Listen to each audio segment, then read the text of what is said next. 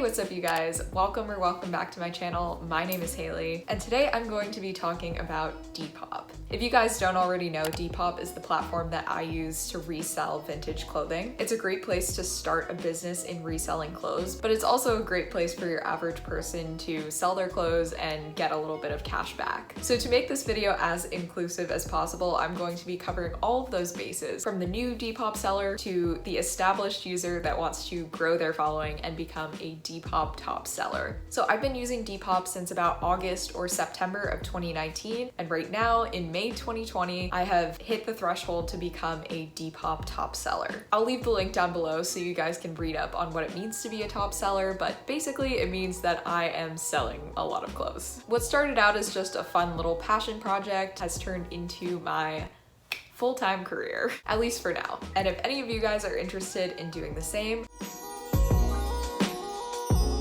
so I guess the first relevant question is, why Depop over other platforms? So obviously you can sell on eBay, Mercari, Poshmark, Etsy, and a few others if you're interested in having an online account for selling clothing. But I think what appeals to me about Depop is that it's an app that people predominantly use on their smartphones. So it makes the whole process of taking pictures, uploading, posting, and then promoting your posts a little bit easier. Depop looks a lot like Instagram, and it works kind of like Instagram as well. And just based on the aesthetic of the app itself, it's a little more cool and trendy than some of the other platforms. It seems that brand names matter a lot more on places like Poshmark and eBay, but on Depop, what really matters is that you model the clothes or style the clothes in an exciting way and show people that you found something really special. That's not to say you can't resell brand name things, but Depop actually discourages people from using photographs from e-commerce and wants you to take your own photos instead. So one of the things that you can do to become a better Depop seller is to invest in taking better photos. Depop is a very visual app. So if modeling the clothes, or at least doing very artistic, high quality flat lays of the clothes, is not something that appeals to you, you might want to go with one of the other reselling options. In terms of styles, you're going to find a wide range of things on Depop. I've heard some misconceptions that in order to be a Depop seller, you have to focus on things like streetwear and sneakers, but that is very much not the case. I sell very feminine, very frilly vintage clothes, like the stuff that I'm wearing right now. If you find your niche within the community, you can find people that are willing to buy your stuff. And that brings me to point number 2, which is, how do you build a following, or at least get started once you've already decided to sell on Depop?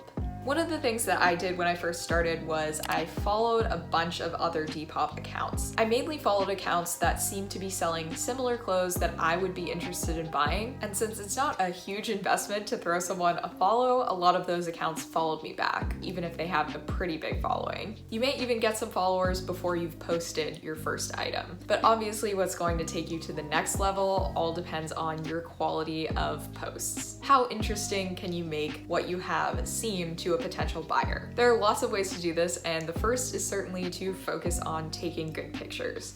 Everything that I do online, I do using my iPhone. You do not have to have a fancy camera. You do not have to have a fancy tripod. Taking pictures on your iPhone is perfectly fine for Depop. In fact, being able to shoot, edit, and post all on your phone makes it that much easier. So what I do when I'm modeling my clothes is I try to find a nice clean backdrop, which is usually just a wall in my house. I used to use an actual cloth backdrop, but it just created these distracting lines in the background of my photos. So I moved to the cleanest looking background possible, which happened to be a white wall in my apartment. Now, obviously this is not the end all be all rule. I've seen plenty of people taking really beautiful pictures outside. I've seen people using the sky or the grass as a background. The photography does not have to be professional quality. It just mostly has to be eye-catching, and specifically eye-catching from a very small version of the image. Let's say, you know, I wanted to buy a specific brand dress. I might type that in on Poshmark and find exactly what I'm looking for, but Depop is a lot more focused on allowing the user to scroll around, just browse through hundreds and hundreds of pictures until they find something that catches their eye. Obviously there are search features, but it's so much more focused on just attracting the customer to buy something that they didn't even know that they wanted necessarily. That means that when when you're scrolling through tons and tons of pictures on Depop, you want to make sure that your items are really popping out. I've had a lot more success personally selling bright colored things on Depop just because they stand out more. So what I do to take my pictures is I use this app called Photo Timer, which I'll show you guys right now. Basically, it just sets your camera to take however many pictures you want, and you can use this little countdown to tell you when the picture is going to take. Now, a lot of people might disagree with this, but I prefer to use the front-facing camera so that I can look at my pose while I'm taking the photos. Because again, on Depop, the quality of the photo doesn't matter as much as the composition and how eye-catching it is. So to me, it's more important to be able to see my body while I'm modeling the outfits. Remember that Depop lets you post 4 pictures per item, so you want to try to get all the possible angles that you can. If I'm modeling a pair of pants, I might do a close-up butt shot because that's very popular on Depop and honestly makes the pants sell really well. Far away so people can see the entire length of the pants, and then I make sure I have one from the side and one from the back. Certain items might require a closer detail shot. For example, if you have a designer item, you're going to want to post a picture of that tag, or if you have an item with a flaw, you want a close-up of the flaw. Depop also lets you post a video of the piece, which is a feature I've never used, but I could imagine it could be really good for something like a sparkly or iridescent piece that sort of changes color in the light. It's also just an easier way to show more angles. Some tips for modeling the clothes would be definitely consider how your body is taking up the frame. It's a lot less interesting to just see a person standing straight up and down, and sometimes that can make the clothes look less flattering too. So I always try to like pop my hip out or put my hands on my waist, create triangles. If you're modeling a piece that's too big on you, try using clips or just your own hand to hold it so that it looks a little more fitted in the picture. Because people are going to be less likely to buy something that looks bad on the model, even if it would look good on them. If I were trying to buy a pair of pants from someone significantly smaller than me and they just looked super baggy and unflattering, I don't think I would be interested in them. Once I'm done taking my pictures, I like to edit them just to brighten them up a little bit and increase the saturation. I try not to go too crazy with this because you don't want to mislead people about what the item actually looks like, but for some reason my pictures always end up looking much dimmer and much less vibrant than the actual clothes. So to edit my pictures, I just go into the iPhone Photos app and I mess around with the little settings here. This is just so that I don't have to import and export my photos into multiple apps before I post on Depop. Now, once you have your photos of your items, the next step is to post them on Depop.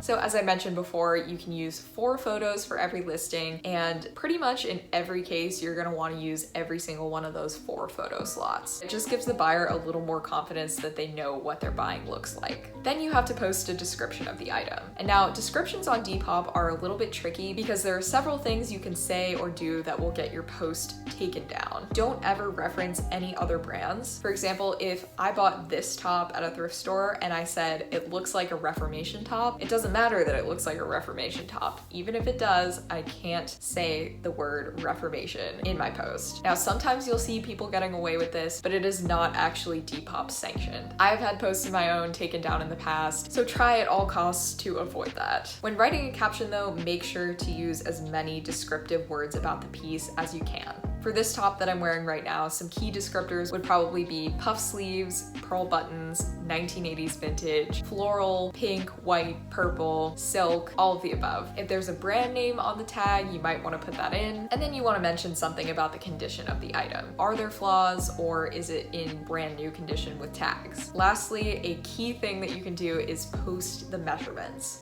Sizing can vary like crazy. What's considered a size 6 in 1980 might be considered a size 26-inch waist in 2020. So the key is always to get an actual tape measure and measure your clothes. You can measure them lying flat usually and then just double that measurement. So if I were to measure this top and it was 15 inches across from armpit to armpit, I would say the chest is 30 inches. The key measurements are definitely chest, waist, and hip. And if you're selling pants, inseam. So make sure you at least have those. And then if someone asks you, hey, what's the armhole measurement, or what's the length of this shirt, you can do that for them as well. Once you've got your post up, you are good to go. But now you gotta get some people to actually look at that post. So like I said, you can follow other people and hope that they follow you back. You can promote your Depop on your other social media platforms, or you can just be really active on Depop and eventually you will post enough items that some random person will be interested. Your first few sales are definitely the hardest because there are fake accounts on Depop and people are very wary about buying from someone who has 0 reviews and 0 sales. But once you have your first positive review, things move a lot faster. One trick to keep your items coming up higher in the search engine is to refresh your items every day. It's as simple as going into the item, clicking edit, and then just posting it. You don't even have to edit the description, edit the item in any way. It just triggers a refresh of the item, so it comes to the top of your shop, and it also comes to the top of the search on Depop. I try to refresh my items at least once a day, and if I've sold a bunch of items, I'll go ahead and refresh all my items again so the sold items fall to the bottom. Another thing to think about is shipping. Now, this is something that you would have had to already consider before you posted your item, but if you're like me, you probably just instinctively did one type of postage for your first item and didn't really give it much thought until you started selling a little bit more. Now, when I first started, I thought it was actually cheaper to go to the post office and pay for postage there. And in some senses it can be, but it's extremely time consuming and it usually results in slower shipping. So I personally like to ship through Depop and I set it so that the buyer has to pay for shipping. If people are ever discouraged by the shipping price, I'll usually negotiate with them, but you gotta think about what you paid for the item and whether or not it's worth it to you to lower the shipping cost and take that out of your sale. Again, if you're a casual seller and you're just trying to get stuff out of your closet, that's probably not an issue, but for someone like me who's trying to grow a business, if I'm selling a $10 item and someone wants free shipping, I'm probably gonna say no. But that brings up one of the last important points, which is interacting with your customers. First of all, you want to establish that you are a real person on Depop. So a great thing to do is to link your personal Instagram so that people can see that yes, you are a real human being. But if you're uncomfortable doing that, it's not a huge issue. You just have to be responsive and kind and interactive with the people who are asking you questions about your items. People can direct message you about an item if they have a question or if they want to make an offer on it. Unlike eBay or Poshmark, you can't formally bid on an item on Depop. So if someone wants a better price for something, they're probably gonna send you a message about it. I would say do your best to honor their offer, but only to a certain extent. If someone wants more than 20% off of an item, I usually say no unless it's a special circumstance. But regardless, just generally try to be nice and agreeable to people and they will be thankful and leave you good reviews. The last thing I'm going to mention about actually running your shop is sales and promotions. So Depop has a feature where you can go in and pick out items to put on sale, but it doesn't formally announce to your customers that you're having a sale in your shop. So what I do and what a lot of other people like to do is create a post on their account as if it were an item that says something about a sale. You'll see people either list it for $1 or $6,000 so that it's clear this is not a real item they're trying to sell. They'll make a cute little design and it'll say something about the sale and give details. When you're done running your sale, you can delete this, but it's great to have an actual physical post on your account that will show up on people's feeds when they're going on Depop so that they know you're having a sale. So lastly, I want to get into some tips for people who already have a Depop shop and just want to take it up to the next level. One, I would recommend posting every single day, which means if you can shoot maybe 20 outfit photos in a single day, it's probably better to space them out rather than just posting all 20 at once. You also want to have good ratings, so obviously be kind to your customers. And then lastly, you want to have fast shipping. So if you don't already, I would create a shipping schedule for yourself. You can also arrange for packages to be picked up directly from your apartment or house, which I know can be really helpful if you start selling a massive volume. Once you become a more serious seller, you might want to start considering buying in bulk. Once you know you can move items pretty quickly, you can access those markets that the average person doesn't get to shop at. There are plenty of online vintage lot sellers and dead stock sellers that sell in 100 item bundles that your average person would obviously not want to buy, but you as a seller will have access to. The only downside about this is a lot of the time you can't actually pick the items yourself, so it takes away a little bit of the fun and creativity of curation. And if you're like me, you care about liking every single item that's in your shop. I think that's the one thing that takes you from just being a reseller to being an actual business owner or curator, is that you have a brand and that touch of you and your personality is on the items that you sell. So some other options are to go to the Goodwill outlet or to go to the ThredUp outlet, which is completely online. The Goodwill outlet is obviously in person, so right now at this time we are not able to go there, but the ThredUp outlet is an online marketplace that, just like the Goodwill outlet, is full of lots of crap, but a few gems that you can find if you really dig through. ThredUp has these outlet deals where if you buy over 20 items, you can get 40% off, so it's great for resellers and is probably intended for resellers. And I should just make a point that you should never feel bad about buying up vintage and secondhand stock to use for your own purposes. There is no shortage of secondhand clothes. Up to 85% of unwanted clothing, even clothes that are donated to thrift stores, end up in landfills. If you've ever been to a Goodwill outlet, you know that after you finish going through those bins, there's still piles and piles and piles of clothes left that get sent to landfills literally by the metric ton every single day. So by buying secondhand, you are not only saving those garments from the landfill, but also saving the person who would have had to make that garment in a factory if you decided to stock your store with brand new things from the factory. So obviously there are going to be ethical dilemmas with running any kind of business, but I do think that stocking your store with things that were already destined for a landfill is a good way to stock up both sustainably and ethically. As they say, one man's trash is another man's treasure, and all of my vintage treasures were essentially found in the trash. Alright, you guys, thank you so much for watching. Please let me know down in the comments if you have any specific questions about running a Depop store or selling your clothes online, and I will do my best to respond to all of them. Go ahead and check out my Depop shop if you haven't already. If you guys have Depop shops as well or other selling platforms, please comment them down below. I loved when you guys did that on my haul a few weeks ago, and if I somehow missed you, please comment again below and I will definitely follow you this time. I hope that we can continue making thrifting and reselling community a positive place for everyone. So please be nice to each other and keep on fighting the good fight against fast fashion. Thank you guys so much for watching, and I'll see you in the next one.